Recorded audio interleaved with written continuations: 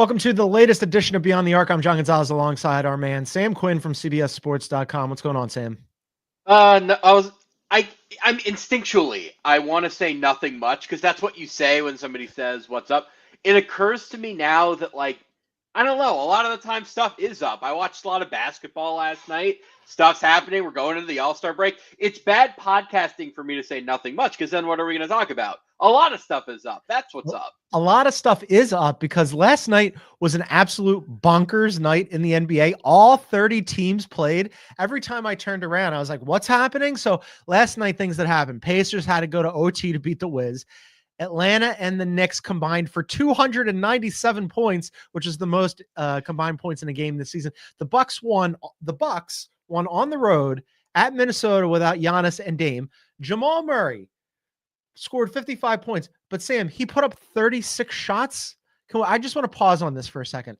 If you gave me a ball and sent me to a local gym and said, put up 36 shots, you would never hear from me again. I would have an arm transplant. What would your strategy be if a coach went to you and said you got to put up 36? Are you just camping out in the corner and putting up threes? Yeah. Are you trying to get to the rim at all? Are you trying to get fouled? I would be in the corner in the fetal position. They'd be like, "Oh, what happened to John? He's just a stump now." Oh yeah, they made him put up 36 shots. That's the end for him. That would be the end for me. Would ever adjust to me? If I was up to 16, 17 shots as me, non-NBA player, at what point do they hey, Sam looks like he's trying to get his shots up tonight. Let's actually defend him, maybe trap him. Or do they just look at me and go no, we don't think that's a good shot no matter where Sam's taking it. There's so many just ridiculous things happened last night. Also on the menu, the Mavs won a nail biter at home against the Warriors with Kyrie and nobody in the starting lineup taller than 6'8". We'll discuss that later in the show. Also later in the show, the Suns are in free fall. We'll have Sam's potential landing spots once KD does the inevitable and puts his hand up and says, I want out. The Sixers, super gross. We'll get into that, and we'll do team of the night as well. But first, we've got to get into Luka's second game as a Laker. Sam, not as good. They lost to the Jazz. He had 16 points. He was 6 for 13. He had 3 threes. One of them was a beautiful step back, and you're like, oh, yeah, there's Luka. He also threw 2 incredible behind-the-back passes that were just gorgeous. But he was also in foul trouble. He was complaining. He didn't play the fourth quarter because the game was out of reach. And again, the Lakers, look, they've been playing really good basketball up to that point, and life in the NBA, these things happen. But you never want to lose to the Jazz going into the break or at all. No, and I hate to bring this up because it's been such a point of contention around the trade, but he's clearly not in shape. We can say that. That's not a problem. He was out for a month and a half with the calf injury, and his conditioning obviously wasn't great before that. It's not a bad thing. It's not something that I really hold against him, but clearly he's not 100%, and that's okay, right? Not only is it going to take time for him to figure out, the whole Lakers fit, for him to get in shape, blah, blah, blah. I just don't look at this season as championship or bust or anything close to that. I think they're still feeling a lot of things out. I mean, a lot of Laker fans have been complaining about his usage, and I just sort of look at this guys, it's 2 games. Let's calm down. There are some small things that I think have been very positive. There are some things that I think have been negative. The Alex Len minutes were so bad that I found myself wondering if they could go back and fail his physical in retrospect. There are some things with the roster that I just don't think make sense. I think the Jackson Hayes fit has looked good in the limited minutes. I think they're figuring it out, and that's okay. Let's not rush to conclusions after 2 games. Yeah, I want to do a little bit of rushing.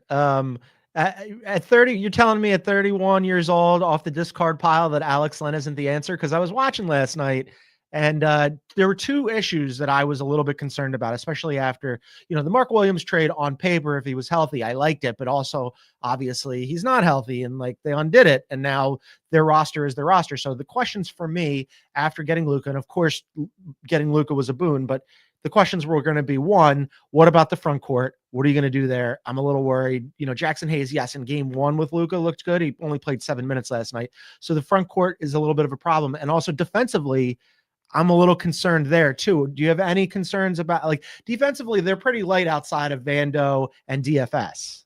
Yeah, they don't have the personnel they need defensively yet. And again, that's why I go back to this isn't a championship or bust year. Like, if Mark Williams had come in and been Derek Lively, like I think they probably hoped, okay, now you're talking me into something where, like, I wouldn't have picked them to win the West, but they would have had at least the raw pieces for me to at least look at them and say, like, okay, they're a threat in any matchup. Clearly, right now, I don't know if anyone on this team is going to be on the team in 2 years besides Luka. Like, I guess Dorian Finney-Smith because he fits with almost anybody, but they don't have centers. They don't have 3-and-D. Oh, aside from Dorian Finney-Smith, they don't really have any 3-and-D wings or guards. That's the thing they need more than anything, by the way. Like, it's not a 3-and-D wing, which almost every team needs. It's a 3-and-D guard. Like, they need a Keon Ellis, somebody like that. They need somebody who can, like, really hound a ball handler. And what they have is, like, Jared Vanderbilt and Dorian Finney-Smith are good defenders, but they're really better suited to guarding forwards at this point. Both of them are going to be playing a lot in small ball lineups, which I think this team is going to have to get used to because center is such a black hole for them right now. That was going to be my question about how much small ball center we're going to see out of, some kind of combination of Vanderbilt, Dorian Finney-Smith, maybe LeBron gets some center minutes, maybe Rui gets some center minutes, like, because after Jackson Hayes, I mean, and also how much Jackson Hayes can you really play, like, against the better centers in the NBA? Like, already when they had Anthony Davis, and of course, Joker's a problem for everybody, but they had Anthony Davis that was a problem. Jackson Hayes is going to be a significant problem. I think the reason Alex Len is on this team is because inevitably you are going to run into the Jokic's of the world, and, like, you're not going to stop him. You're not even going to make him work, but at least you have 6 fouls to throw at him that you don't want to use on Jackson Hayes because, like, Jackson Hayes, for all of his faults, is a good offensive fit with Luka because of all the lobs he's going to get. So the first game, the first 3 plays they ran in the first half were all lob plays to Hayes. Then in the second half, the first 2 plays, I think, were both lobs to Hayes, or 2 of the first 3. He had that huge dunk. I think it was the first points for the Lakers last night. Like, he is not by any means a catch-all solution at center, but he's like a viable fit just because the one thing he does really well is the thing Luka does better than anybody has ever done in NBA history. So I look at him long-term as, like, probably a 15-minute a game backup at best. We're kind of talking about him now as, like, yeah, outside of the Jackson Hayes minutes, they're really going to struggle. I don't know, man. Like, even during the Jackson Hayes minutes, exactly. Struggle. So, all right. So, this is already a win season for them. They get Luka. They're ahead of expectations. I don't think anybody expected them to be 12 games over 500 going into the All-Star break. They're in 5th place. They're just a game back of the Rockets for 4th. By all accounts, independent of the loss to the Jazz last night, they've had a pretty good season. Also, by the way, this is a fun little fact for you. Since 2012, 2013, do you know how many times the Lakers have finished in the top 6 in the Western Conference? Oh, let me see if I can figure this out. I think it's only one, right? It's the championship season. That is correct. 1 time. So this is better than that. they're doing okay. So what do you think then that they're capable of achieving this year? Because I'm with you. I don't think there's a championship roster this year, but what do we think happens for them? What could they reasonably achieve? It depends on the matchup in the bracket, right? Like, I think if they get Houston in the first round, okay, now you could maybe win a round.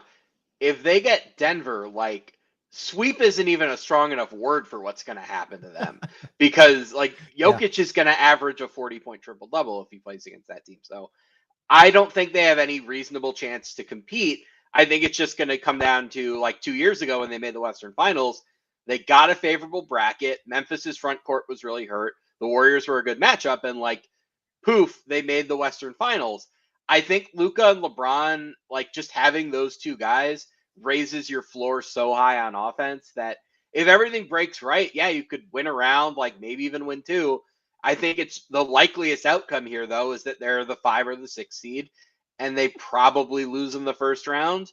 I don't know, like, should I be more optimistic than that? Have you seen anything that makes you feel better about that? Yeah, I mean, their recent play, again, independent of the second game to the Jazz, but, like, even before getting Luka, they were playing really well. I mean, that loss to the Jazz snapped a 6-game winning streak, and they had won 10 of 11. And that a big chunk of that was without AD on the floor and prior to Luka showing up. And even after they got Luka, the one game that they played well against the Jazz, not like he was gangbusters. He looked rusty as hell. So, yeah, I mean, oddly, because I'm with you, like when you look at it on paper, it shouldn't make sense. They shouldn't have gone and won 10 of 11. They shouldn't have won 6 in a row. But they did. And like you win I mean, if you're winning games, you're winning games. And I certainly did not expect them to be, for a hot second there, a top 4 team in the Western Conference. John, I don't want to rain on your parade at all. I just want to rewind a couple weeks when the Kings had won like 6 or 7 in a row, and you got on me for calling it fake. Like, I hate to say this, NBA fans don't like to hear this when their teams are doing well, but like the season is long. It is. And sometimes teams win 6 or 7 games in a row or lose 6 or 7 games in a row. And it doesn't have to mean more than like, wow, they look really good right now, or they're shooting hot, or like there's a lot of energy. I look at that winning streak and I say there's good stuff to take from that. Yeah. Clearly, JJ's message as a coach is sinking in. I thought the energy was great. Like a lot of guys who, like Austin and Rui, are not great defenders, but they were really locked in and playing hard. And the bench guys were like really invested in buying into the game plan. And like, that's great. And I feel like that's going to translate next year when they have the right roster. For now, I kind of just look at that and go, okay, they had a good stretch. I'm not trying to take more from that than that. I think that's reasonable. You're a reasonable human who uses facts and logic. But I want you to suspend that later on when we talk about the Sixers 5-game losing streak, because there I will ascribe greater meaning as it pertains to the season and the awful dumpster fire that is that franchise. We're going to take a quick break. And then on the other side, we're going to get into, speaking of dumpster fires, we're going to talk about the Dallas Mavericks. They won a game last night. And I have no idea how. That's coming up on the other side. This is Beyond the Arc. Baby, we are gonna start a fire. From world-renowned clubs Simply devastating. to worldwide stars. Wrexham have done it. This incredible ride continues. The English Football League on CBS Sports Network, and stream every match live on Paramount Plus. Welcome back to Beyond the Arc. John Gonzalez and Sam Quinn here. Just a reminder that you can get us wherever you find your favorite podcast. Please download, subscribe, leave a review. And then on Spotify, if you look below the play button on the Spotify app in full screen mode, you can leave us a comment or a question. All right, the Dallas Mavericks. I don't know where you are, what kind of like believer in karma you are, but it couldn't be worse in Dallas. After trading Luka, the fans went into open revolt. They were chanting "Fire Nico," not just at the games, but also at SMU games the other night. People were getting tossed out. They're on the Jumbotron chanting or mouthing "Fire Luka." So in the midst of all this, here come the Golden State Warriors to play the Dallas Mavericks. Jimmy Butler looked really good in the first 2 games. Kyrie Irving has literally no bigs. He was without Anthony Davis, who's out indefinitely with an adductor. Gafford's out 2 weeks with a foot. Derek Lively's out likely for the rest of the regular season. PJ Washington has an ankle. He hasn't been around. So Kyrie Irving was in the lineup last night, Sam, where the tallest player was 6'8", and it was Olivier Maxence Prosper. And they won that game because Kyrie went for 42 and took an amazing charge on Jimmy. I have no idea how he did it. Yeah, I mean, like Kessler Edwards was starting for them. Kessler Edwards and Olivier Maxence Prosper.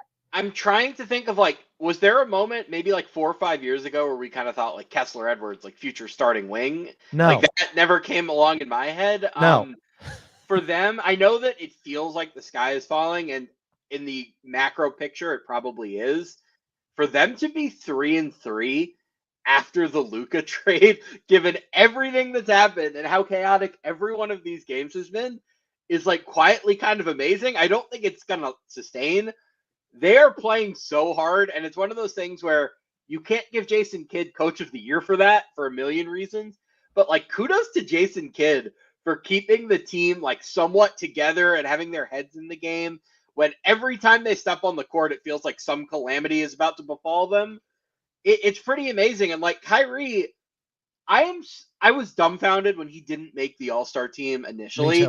I mean, I took some, stuff from Clippers fans when I said that he should have made it over James Harden. Like, to me, that was just clear. I think this is probably the best season Kyrie has had maybe since he left the Cavs.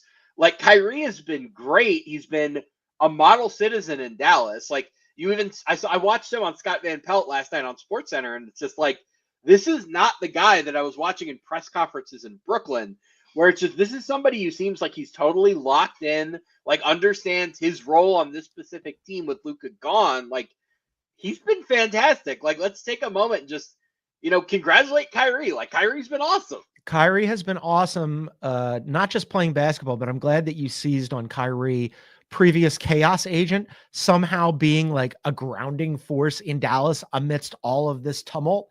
You've got the governor of the Mavs giving hell to Luka on his way out the door and fanning the flames of like a real fire, right? Like the fans are already really pissed off, and this guy comes along and like just says a bunch of stuff about Luka, and then on top of that, they're tossing fans out and like openly warring with their team. And then in the midst of all this, Kyrie, who has not exactly acquitted himself well in these kinds of situations previously, is like, you know what? I understand why fans are upset, but we don't need to be tossing them out. But also Anthony Davis is really good, and I'm looking forward to playing. Like, he has just been like really even keeled and like thoughtful during this whole thing. And oh, by the way, like I said, he put up 42 points and took an incredible charge on Jimmy to salt the game away last. He's done everything you could possibly ask for him.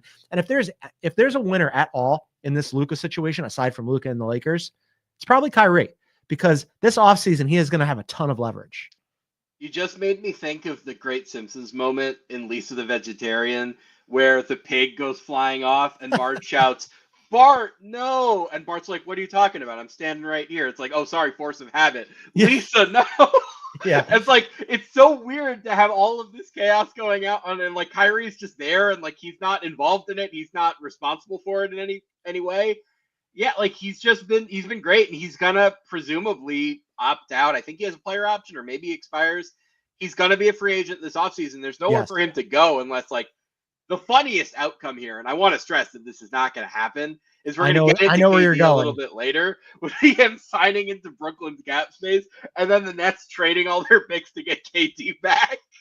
That's not going to happen, but like he's just presumably going to re-sign in Dallas. But like the last time he was a free agent, he re-signed with the Mavericks, and he couldn't get a full 4-year max. He got whatever it was, the 2+1, and maybe slightly less than the max. Like, now, considering the timeline they're operating under and the trade that they made, they kind of just have to give Kyrie whatever he asks for. So good for him.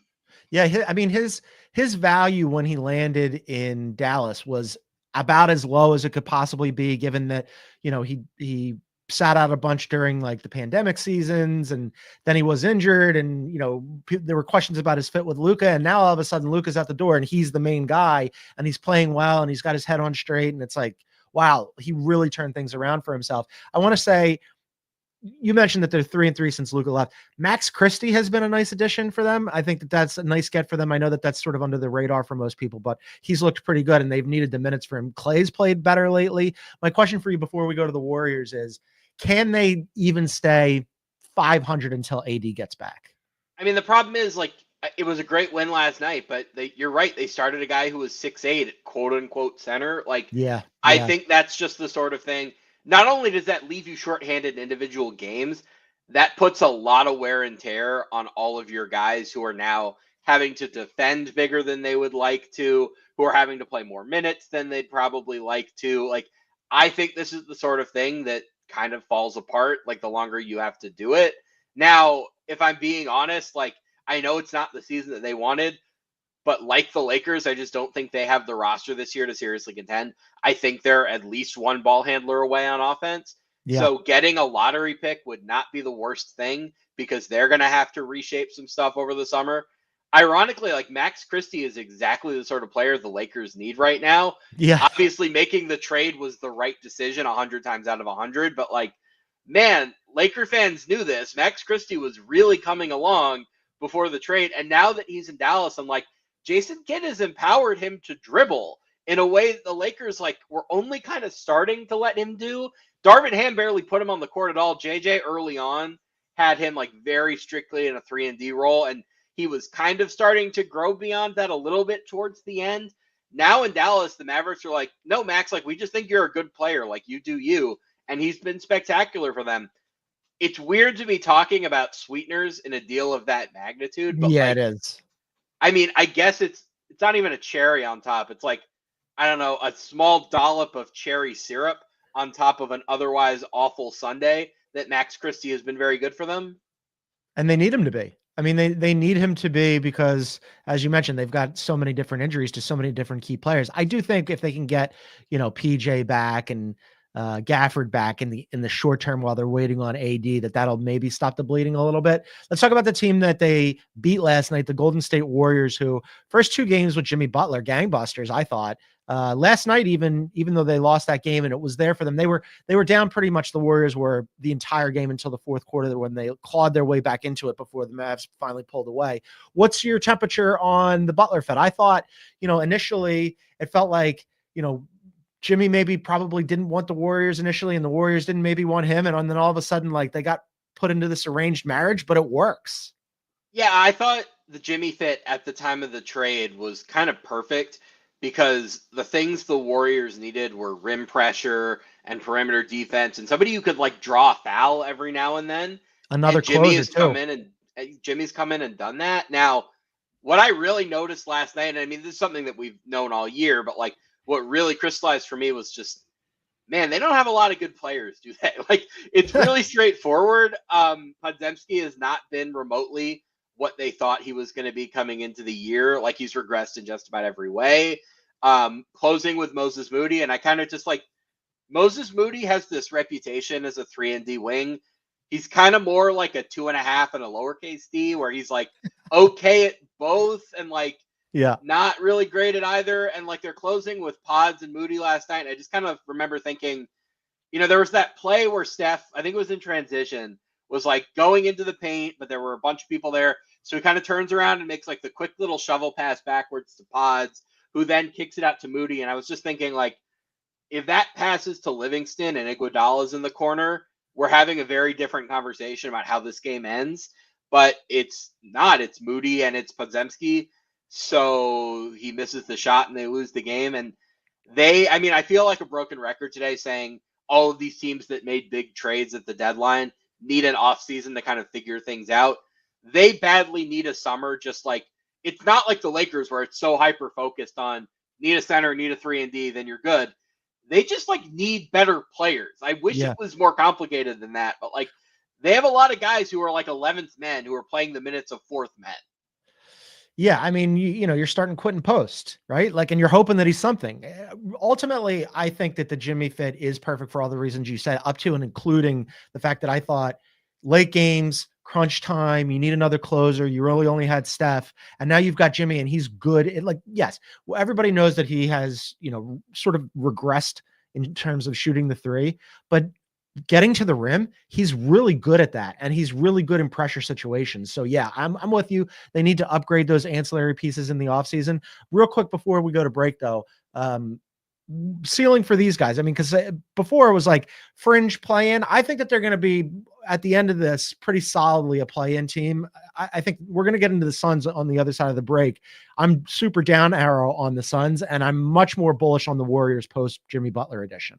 Yeah, I think their worst cases they'll be in the 7-8 game, and I think if they win that and they avoid Oklahoma City, like now you're cooking with gas here. Like I would not want to be looking across the other bench and seeing Steph and Jimmy going into a playoff series. So like if they're not playing Oklahoma City in the first round, I think they could make some noise like in more of a sense than the Lakers, where like I would be very scared to play them. Like they're not super talented from a depth perspective, but the fit is so much better between their principals that like I have an easier time seeing them getting hot and winning a couple rounds. Yeah. I would probably pick them in the same vein that I picked the Lakers, which is like maybe win a round, more likely. Let's talk after the offseason. Let's talk. But regardless of what happens with those two teams in the postseason, what a win for the NBA and for those of us who watch the NBA, that now moving forward, that the Lakers are going to be in the postseason, and we're pretty confident, you and I, that the Warriors will be also. But also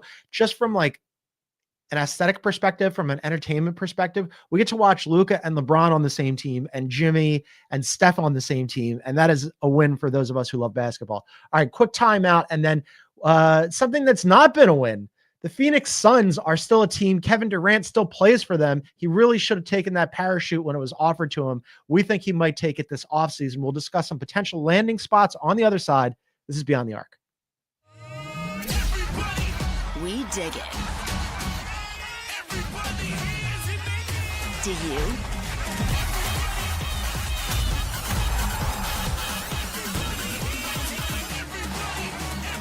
The Pro Volleyball Federation on CBS Sports Network. Welcome back to Beyond the Arc. A reminder that you can find us on YouTube at Beyond the Arc CBS. Please hit that like button, leave a comment, subscribe. There's a little bell symbol. Click on that. You'll get notified when we go live. We're normally live Monday through Friday at noon Eastern. We've also got some special shows coming up after games and things of that nature, so be on the lookout. All right, KD. They lost last night to Houston. No Beal or Booker, but they've now lost 3 games in a row and 6 of 7. They're 11th. They're 2 games under 500. They're taking on water fast, Sam. I do not like the Suns. We were playing the who's going to be on the outside of the Western Conference playoff picture, play-in picture, looking in, and I was eyeing up the Suns. Before we get to where KD might go, how are you feeling about the Suns writ large? I mean, I think if the trade deadline was today instead of a week ago, Kevin Durant wouldn't be on the team anymore. Like, Yeah. I think it's that simple. Like, the team isn't good. There are a lot of reasons that the team isn't good. I mean, the defense is kind of a mess. Like, the offensive guys don't really fit together. They've had guys in and out of the lineup. Like, I mean, when you're making a trade for Nick Richards and that's supposed to be your, like, save the season move, like, wow, we finally have a lob threat at center. This is great. Like, that should tell you that this team probably isn't going anywhere. So whether they're 11th and totally out of the postseason or they're 9th and they lose a play-in game or whatever, like, I don't know. I just don't see it. I never really saw it with them. I just, the roster never made sense, especially when you consider like the lack of flexibility they imposed on themselves with the way they added money. So I don't know. I don't know what the reason for optimism here is. Like, there are still people out there that are looking at the Suns and being like, yeah, but they've got a bunch of hoopers though, so they're going to be fine. Like, no, they're not good. We have a year and a half of evidence of this. Those people are all in the Suns front office / in ownership. I don't know. I mean, like, it's a terribly mismanaged franchise right now. They've made some crucial mistakes for all the reasons that you just outlined. And yeah, I mean, if I were them, I'd want control of my draft back. This obviously doesn't work. Hey, turns out it wasn't Frank Vogel's fault. You know, you bring in Bud and he couldn't fix this thing either. So yes, I'm with you. If the trade deadline were this week or next week or whenever, I think Kevin Durant would look around and go, oh no, I got to get out of here. He should have gotten out of here last week. He didn't. I think, there's been a lot of chatter in NBA circles that we're attuned to that, hey, the longer this goes on, the more that come the offseason, KD might want out. Now, KD was asked about these trade rumors, and he said all the right things about it being part of the game and him not being affected. But Brian Windhorst at ESPN reported that KD was not happy to have his name dangled out there. Well, okay, I would be less happy about the situation that you're in, which is playing for a really bad basketball team in what is becoming the twilight of your career. So you wrote a story about when KD, and I'm saying when because it's probably a one and not an if, decides that he needs to get out of there, some potential landing spots. So take us through some teams that you think might be good fits. Yeah, there are 3 teams that stand out to me for different reasons. You mentioned getting their draft back. So Houston obviously makes a lot of sense. Yes. The Rockets obviously went out and traded their Nets picks to get Phoenix picks, essentially shorting the Suns. And by the way, a move that looks pretty smart right about now. So the question for them is ironically not, do we want to trade for Kevin Durant? It's, would we rather trade for Kevin Durant now or maybe give this another year or two and see if things get bad enough that we can trade for Devin Booker later? They want to go through this postseason, kind of see what they have, and then adjust and kind of figure out, okay, what about our long core worked in the playoff, or our young core worked in the playoffs? What didn't? Like, are we maybe more open to trading Jalen Green or Şengün or whoever? I think Amin Thompson is off the table. Pretty much untouchable. But everybody else, I think, is like viably in play for the right move. So after they have a playoff run behind their belts, like, okay, now we're talking. We can start to think more directly about what do we need to do to compete next season. That said, I do wonder if Phoenix is that interested in getting their draft back just because Ishbia and Jones are like so committed to winning right now. You get your draft back so that you can trade Booker later and rebuild. Is that something that they even care about? Yeah, it's delusional thinking. I mean, and it's real mismanagement bordering on like malpractice where somebody has to go. And I guess it's not James, but it should be James to go to Ishbia and be like, listen, man, this thing's not working and we're not going to win right now. So in order to win later, we've really got to reboot this thing. And to reboot it, the best chance that we would have is to get our draft back and really control like what we're doing moving forward. In your piece about the Rockets, you had mentioned that, for salary matching purposes, that Fred VanVleet would be the obvious choice for Kevin Durant, and that might be something of a sticking point. I don't think it should be. I like Fred just fine. I'd be happy to part with Fred if it means that you're getting Kevin Durant back. Now, you'd have to throw in some ancillary pieces too, right? I mean, some of those like nice little maybe Tari East and a Cam Whitmore type of thing. But I'd be happy. Off you go, Fred. Yeah, I mean, I think it just depends on the construction of the trade. I think the Fred VanVleet thing would have been more of a sticking point during the season because having an organizer when you're making a trade in the middle of the season is very important. I think if you have a whole training camp and a whole season to kind of get acclimated, yeah, at that point, I'm much more open to giving up VanVleet. But it's worth noting that Şengün and Jalen Green both start rookie extensions this offseason, which means their cap figures get much higher. It gets much easier to build a trade because you now have three pretty big salaries to work with, decide which ones make sense. The Suns also, because they traded Yusuf Nurkic, can aggregate salaries this offseason. They'll be below the second apron.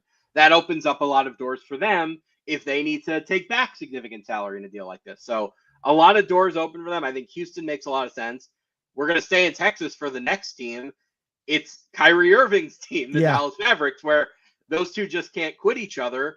The Mavericks don't seem to have any regard whatsoever for the future, like the Suns. So I personally think, like, the young guy, assuming Amen Thompson is off the table, the young guy in all of this that I would be most eager to get back is Derek Lively. I think Derek Lively is, if not a future all-star, at the very least, a future all-defense center who has a lot of untapped, room to grow as an offensive player. Very good passer. They seem to think he'll eventually grow into a shooter. I don't know, but I'd like to find out. I think that's the piece I'd want back more than anything.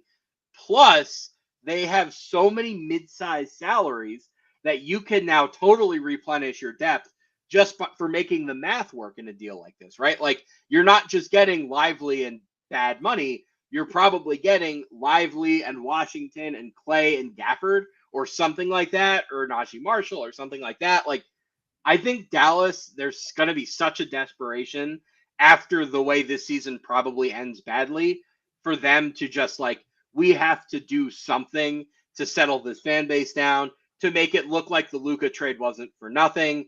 And if they end up with Kevin Durant, I think they'll kind of just look at it and say it was worth whatever we paid because now we have Anthony Davis, Kyrie Irving, and Kevin Durant. Do I think that's maybe the best way to manage a franchise? No, but like we're well past that now. KD, AD, and Kyrie would be a fantastic fit, but that's yet another reason why Nico needed to get more in the Luka trade because, hey, like what kind of picks are you sending out here? And then, depending on how many you send out, how many do you have remaining? They didn't get that extra 2031 draft pick and they didn't get that extra 2030 swap and they didn't get an Austin Reeves. Like there's so many different things that Nico should have asked for and gotten that they could have then flipped for, a possible KD deal. Yeah, I mean, I'm not sure between what Nico's done recently, and I'm a big Nico fan, and then what the Suns have done. And Robert, our viewer here, brings up a good point. We didn't even mention the fact, because we belabored the point so many times that the Suns are also the architects of, oh yes, we'll take Bradley Beal and his no trade clause. Like it's just like two franchises are like, I don't know, like who can fleece who or who could make the worst end of this deal. It's worrisome, but yes, I do like the Mavs as a landing spot for KD in terms of basketball. I think you're the last Nico Harrison fan, John. I don't know how many there are left. Last year, he did great. Everybody was killing him and saying this isn't going to move the needle. And Nico had a vision and they took off defensively and that catapulted them into the finals. Yes, it was Luka, of course, but defensively they went from a bad defensive team to a very good defensive team post trade deadline. And it's because Nico identified these two guys that everybody, and also because Kyle Kuzma decided he didn't want to leave Washington. Can't leave that out. Thank you very much, Kyle Kuzma. But the guy's not dumb, I think. No, I mean, I'm just thinking about this now. It's like the 900th wrinkle in this trade. I wonder if on some level the finals run last year was bad for them because it got in Nico Harrison's head like, oh, I'm a genius. I know what I'm doing. I can go trade Luka. Whereas if they hadn't made that run last year, would they be a little bit more conscious of like, no, like we don't have the confidence to make a trade of this magnitude. But then again, maybe Luka wouldn't have been as eager to sign the extension if, they hadn't gone on the finals run last year. So who knows?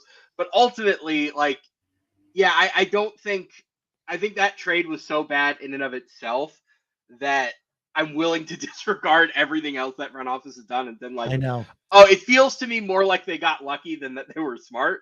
I hate saying that about like, I hate to present the idea of like, oh, it's so easy to run an NBA team, but like some of this should be a gimme. Some of this should be as simple as like you have the 25-year-old all NBA guy, don't trade him. Yeah, some of this, or if you're going to trade him, the time to trade him isn't now, and it's certainly not to trade him now without shopping him. The time to trade him is after he signs the Supermax and he has no choice in where you ship him, and then you shop him around and you get the absolute most value for him. If you're going to do it, which by the way, you shouldn't. You're right about that. All right, the third team that you had potentially as a landing spot for KD. Yeah, this came out right after the deadline that Minnesota was interested, and at first I just kind of looked at myself and thought, like, what? Like, what could they do? They have no picks. Like, they can't aggregate salary. Like, I don't know how they're going to make the money work. It wasn't viable during the season. It becomes viable in the offseason for a few reasons. The biggest is that, like Phoenix, they have a path below the second apron, so they'll be able to aggregate salaries. And no, they don't have picks. But if you take a step back and look at what they do have, it checks a lot of boxes for Phoenix, right? Like Rudy Gobert, boom, center, solved. Jaden McDaniels, perimeter defense, boom, solved. Rob Dillingham, boom, young prospect you can put next to Devin Booker long term as kind of your secondary scorer when Bradley Beal ages out. A lot of stuff that makes sense for the Suns. Meanwhile, Anthony Edwards idolizes Kevin Durant. Yeah, like that was a big story during the Olympics. I think if Minnesota's in this, Anthony Edwards is going to be doing a lot of recruiting. Now, does the rest of the roster make sense? Like, let's see how it looks after the trade and what else Tim Connelly has up his sleeve. Is Tim Connelly even still the GM? He has an option at the end of the season. We have new owners. A million questions there, but like the broad idea of Durant and Anthony Edwards, I think makes a lot more sense than Booker and Kevin Durant did. Because Kevin Durant, Devin Booker, and Bradley Beal are all, I've talked about this on the show before, there's a spectrum when it comes to offense-centric, scoring-centric stars between, on one end, you have advantage creators, the guys who get to the rim, who collapse defenses. On the other end, you have hard shot makers like Kevin Durant, like Devin Booker, who aren't taking great shots, aren't creating great shots for other teammates, but they make low percentage shots, high percentage shots. You ideally, if you're going to build a super team, want to have at least one superstar of both ilk, because that's how you're going to get, harmony. That's how you're going to get the best fit. Anthony Edwards collapses defenses. Kevin Durant makes hard shots. Boom, the fit is so clean there. The rest of the team, again, you have to figure it out, but I think that would be a good starting point for just trying to win right now. Yeah, I like that idea, and I think it would make sense both ways, which is probably why it won't happen, because it makes a little bit too much sense. But I also really just like the idea of Anthony Edwards sort of getting the torch passed to him from his idol, the guy that he watched and like emulated, and that would be a lot of fun from a basketball perspective. Producer Aaron, put that Khalil question up there about OKC again. I just wanted to run this past you. As we know, Oklahoma City, best team in the NBA still, as we record this on February 13th, they have single digit losses, which is absolutely absurd. And they also have a zillion draft picks. And I think they're set up really well, not just for now, but for the future. Everybody's kind of been waiting for them to like bundle some of these picks and get a star. What do we think about Khalil's idea here of Kevin Durant returning to Oklahoma City? If there's one knock against Oklahoma City now, and maybe Chet is this guy. I really love Chet, by the way. But if there's one knock, it's like, other than SGA, who's helping you close games? Yeah, it's interesting. And in basketball terms, I think it could work. Now, I think the biggest reason it would work is like, don't overcomplicate this. If you have the MVP front runner and a top 15 player of all time, it's probably going to go pretty well. Probably. I have two kind of big drawbacks here. The first is matching salary. I guess it would be Hartenstein and probably Dort and then a million picks. Okay, like, you still have a lot left over, and you still have Like, you're not totally barren at center because you have Chet. You're Right. not totally barren at perimeter defense because you have Caruso and Kason Wallace and Jalen Williams, blah, blah, blah. Like, they would be a heavy championship favorite next year. My other question, though, would be, if he didn't want to go back to Golden State, why would he want to go back to Oklahoma City? His comments about his time with the Thunder after he left were not especially kind. He doesn't seem as a person to be wired the same way LeBron was, where LeBron really saw the PR benefit of going The back narrative. to Cleveland. Yeah. And I don't think that Kevin Durant really thinks that way. I don't think he thinks of his career in those terms, right? I don't think he thinks of his career as a story, as a narrative. I think he's literally just thinking, like, where do I want to hoop next? Like, what looks interesting to me? Okay. I don't know if he want to live in Minnesota, but like, I think Anthony Edwards is the kind of player that he would be most inclined to want to join. I just don't know if he wants to, I don't know, reopen old wounds in Oklahoma, I guess. All right. Look, I mean, there's some things to be said about, like, hey, maybe Oklahoma City isn't the most attractive destination in terms of like where you want to live. But if where he wants to hoop next is a place where he can win a championship, Oklahoma City would be awfully attractive. And not for nothing, aside from when he left Oklahoma City to go to Golden State, Kevin Durant's judgment on what's a good spot to win hasn't been the best recently. I'm so glad that you brought this up. I have a real fascination with Kevin Durant's taste in basketball players, because his first decade of his career is with Russell Westbrook, and like through the burner saga, we know that he saw the issues with Russell Westbrook. So he goes to basketball nirvana in Golden State with Stephen Curry and Klay Thompson and Draymond Green. And we kind of saw as that progressed, like the problems that he had with it, where he was kind of saying like, oh, our beautiful game, our motion stuff, it really works in the regular season, but in the playoffs, we really got to drill down and be the ISO team. Ever since then, if you look at the targets, like the stars that he's wanted to play with, Kyrie, isolation scorer, shot maker type. James Harden. Okay, James Harden is an advantage creator, but he's like a one-on-one scorer more than anything. Devin Booker, one-on-one shot maker. Bradley Beal, one-on-one shot maker. Like, he clearly has a type, and it's so strange to me that this is his type after he won 2 championships with Stephen Curry, who's the opposite of that. Like, Stephen Curry is like, his value comes, I don't want to say mostly when he doesn't have the ball in his hands, but like the best thing Stephen Curry does for your basketball team is run a marathon around the court and drag the defense with him, so everybody else's life gets easier. That's not what all of these other guys have done. These other guys have been more like, oh, I'm going to create off the dribble. And it fascinates me to no end that is the kind of player that he wants to play with. It's not that they're bad players. Of course, they're great players, but they're players who do similar things to what he does. And I don't know why, especially when you're 37, you're thinking, I want to play with guys who do the things that I do. You should be thinking, at this point in my career, I'm more limited than I've ever been. You're still awesome, but there are things that you can't do quite as well as you did when you were 27. Let me find teammates who do those things. Last night, just real quick, because you mentioned Steph Curry, there was a play where, to your point about like things, how he impacts the game when he doesn't have the ball, his gravity, he was curling around his screen trying to get a 3, and the whole defense went with him. And I forget who it was that dove to the basket. It might have been Gary Payton, or maybe it was Jimmy, but somebody just got a super easy layup because like the seas parted, because everybody, it was pods. There you go. But it was like remarkable to watch. I was like, oh yeah, that's Steph Curry. Like, his impact on the game is like so significant. All right, that's enough KD and Suns talk. Quickly before we wrap the show and do team of the night, I have to bring this up because it has been a 12 alarm fire in Philadelphia all season, and it continues. And there's a contingent of people who watch the NBA. Bill is no longer among them, but he was previously. And there's a portion of people in Philadelphia who were like, just get into the play-in. If you have the big 3 healthy, you'll be fine. They have now lost 5 in a row, Sam. 4 of those games came with all 3 of PG, Maxey, and Embiid on the floor. Last night, it was just PG. Just PG, okay? They lost last night. PG was scoreless in the first half, and he had 2 points. with no Maxey and no Embiid. I don't know what happens, what's in the water in Philadelphia. Paul George went from having one of his best seasons last year with the Clippers to being absolutely useless in Philadelphia this year. Quentin Grimes had 30 points last night. Quentin Grimes, welcome to Philadelphia. You're at least useful. I don't know what they do with this team. They should disband them. John, you used the phrase big three. Does that really feel appropriate unless the third member is Gershon Yabusele? Yeah, or maybe that's Jared fair. McCain. I don't know. But the Nets didn't want to win that game last night. The Nets were like trying everything they could not to win that game. They're like, well, we can't out Sixers the Sixers.